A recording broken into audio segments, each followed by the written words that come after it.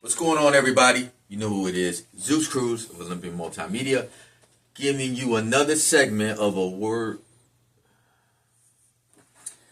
Right. It will help if I had somebody over here to interview or even talk to and not look all silly by myself.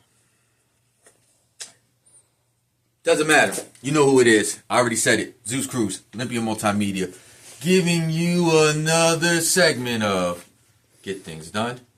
This particular segment, as I alluded to here, and once again, the most embarrassing way, we're going to be talking about, for you guys out there that's looking to develop your own video series, specifically for interviewing people. How do you go about putting together a good interview, a good discussion? So, I'm here, guys. I'm here to give you some tips, some suggestions on how to get that done. Since here at Olympian, we know a little bit about it. So let's get to the whiteboard and let's start discussing our suggestions for interviewing. Number one, do your research on the one or the person that you're interviewing. Pretty self-explanatory, right? You definitely don't want to bring somebody onto your show or onto your platform and you don't have an understanding of who they are and what they do. Whether they're an entrepreneur, whether they are an event planner, they do a lot of things within the community. Maybe there's some type of artist, maybe a musician, drawer, sculptor. Maybe they're an athlete. Whatever their background is, you need to do your research and get an understanding of who they are.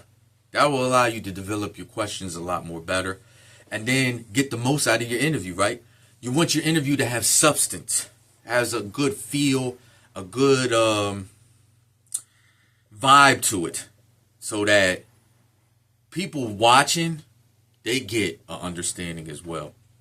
But they're not going to get it unless you're moderating the situation or the interview in a proper way, having some fluency that goes along with it.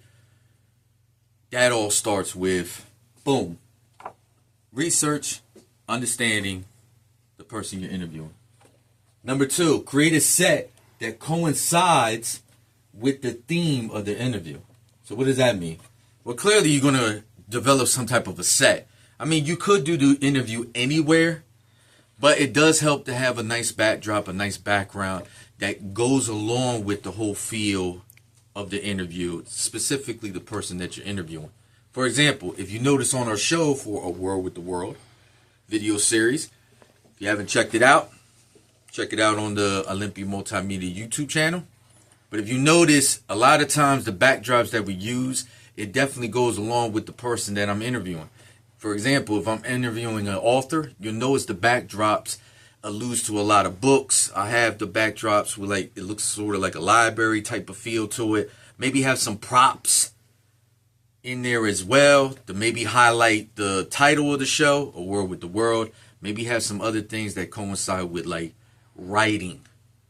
So that really brings out the most out of your segment because I'm interviewing an author. And so forth and so on. If you're doing someone, for another example, that's an entrepreneur and they're trying to promote their business, maybe you want to ask them to bring in some things that can highlight different products or services that's provided through their business. Again, it just gives a nice more feel, authenticity to your segment. Boom. Number three. Develop conversational questions, and not generic ones. What does that mean? I know you've seen it plenty times on different interviews, man. You're wondering what direction is the interviewer doing? Because a lot of the questions that they're asking, especially if you already know the person that they're interviewing, they're asking questions you already know, or they seem very simple, like I said, very generic. You want to get the most out of the person you're interviewing. You want them to open up. The showcase is on them. The spotlight is on them. You want them to continue to speak, advertise, promote what they're doing. So develop conversational questions, something that you can develop from there. Maybe within the question, you can have maybe some sub-questions that come with it, just to bring out more out of the interview. But fit the flow of the conversation. Don't just inject questions in there just to inject it, because the viewer is going to sense that you're just kind of throwing stuff in there, and it really doesn't go with the overall theme or what you're trying to accomplish within the interview. So definitely stay on point, but make it conversational. At the end of the day, that's what you're doing. You're having the discussion, you're having the conversation. The only difference is you're filming it, right? So kind of keep that in mind when you're doing your interview. Number 4, participate, not dominate. What does that mean? That means don't dominate the conversation. You're there to interview them. The spotlight and showcase is on the person you're interviewing. It's not about you. Clearly, it's your show. So you already advertised that at the beginning of the segment. There's no need for you to keep elaborating more things about yourself. You could do that in a different interview or in a different video segment. In this segment, if you're interviewing somebody, it's meant to be all on them. Keep the spotlight on them. So you can participate. You know, you can inject your little, you can inject your thoughts and opinions, especially if the person you're interviewing is kind of coming back with you with a question, kind of like to get you more involved into the conversation. Then do that, because you're being invited into the conversation. But don't make it so much about yourself. Again, don't dominate the situation, because then it's not an interview, right? It's just more about you. Number 5, be adaptable. What does that mean? Well, being adaptable, sometimes you run into a situation with the person who you're interviewing. They tend to get tongue-tied. They might get a little nervous, a little shaky, a little like they're losing their train of thought. You have to have an understanding of that and see that, so that you could kind of inject in and come back to number 4, participate. So maybe the answer that the interview gives to your question maybe just be a sentence worth, or just a few words, or maybe just a phrase.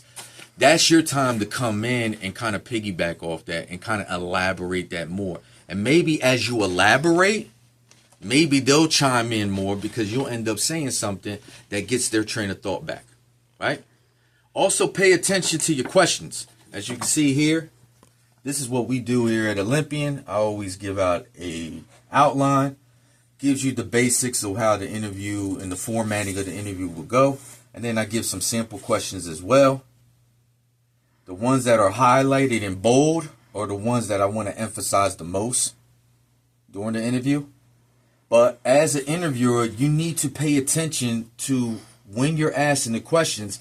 The person you're interviewing might have went ahead and started answering other questions. So you definitely don't want to get to the point where you're duplicating questions, you're reiterating certain things that's already been said. Again, it takes away from the flow of the interview. So just keep that in mind and really pay attention and hone in to what your guest is speaking about, if that makes sense. And then last but not least, number 6, stick to the original concept.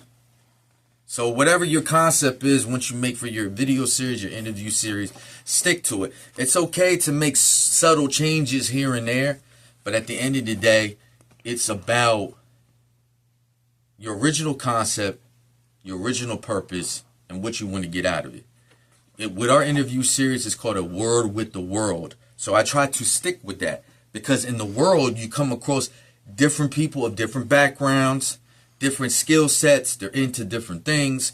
So I try to keep that in mind as far as like the type of guests that I bring onto the show. Definitely, I want people that I can relate to as well, because that helps with the interview. So clearly, I have other entrepreneurs, other authors on the show as well. But if you're going to create something like that medium, expand your repertoire, expand your horizons a little bit, and get different people from different backgrounds. You know, if you wanted to be all about music, if you just wanted to be all about business, then clearly you will bring on guests that tailors toward that concept, right? So whatever you develop originally, whatever your vision is, stick to it. Make the necessary changes as you go, but don't deviate from it too much. So that's it. Just giving you the ins and outs, some suggestions for interviewing. Hopefully you guys out there that's viewing if that's what you want to go to, it's definitely a pleasurable experience. I definitely enjoy it. You guys know I'm not really big on being on front of the camera, but it's great sitting down and talking to like-minded people and just discussing different things that they're working on. So it's always a beautiful thing to share moments with people. So I hope you guys out there that's looking to start interviewing, I hope this helps out. And that's about it. And let me think. If I'm missing something, boop, boop, boop, boop, boop. Nope, I'm not. So the only thing left to say is, guys, is get things done. Check you later.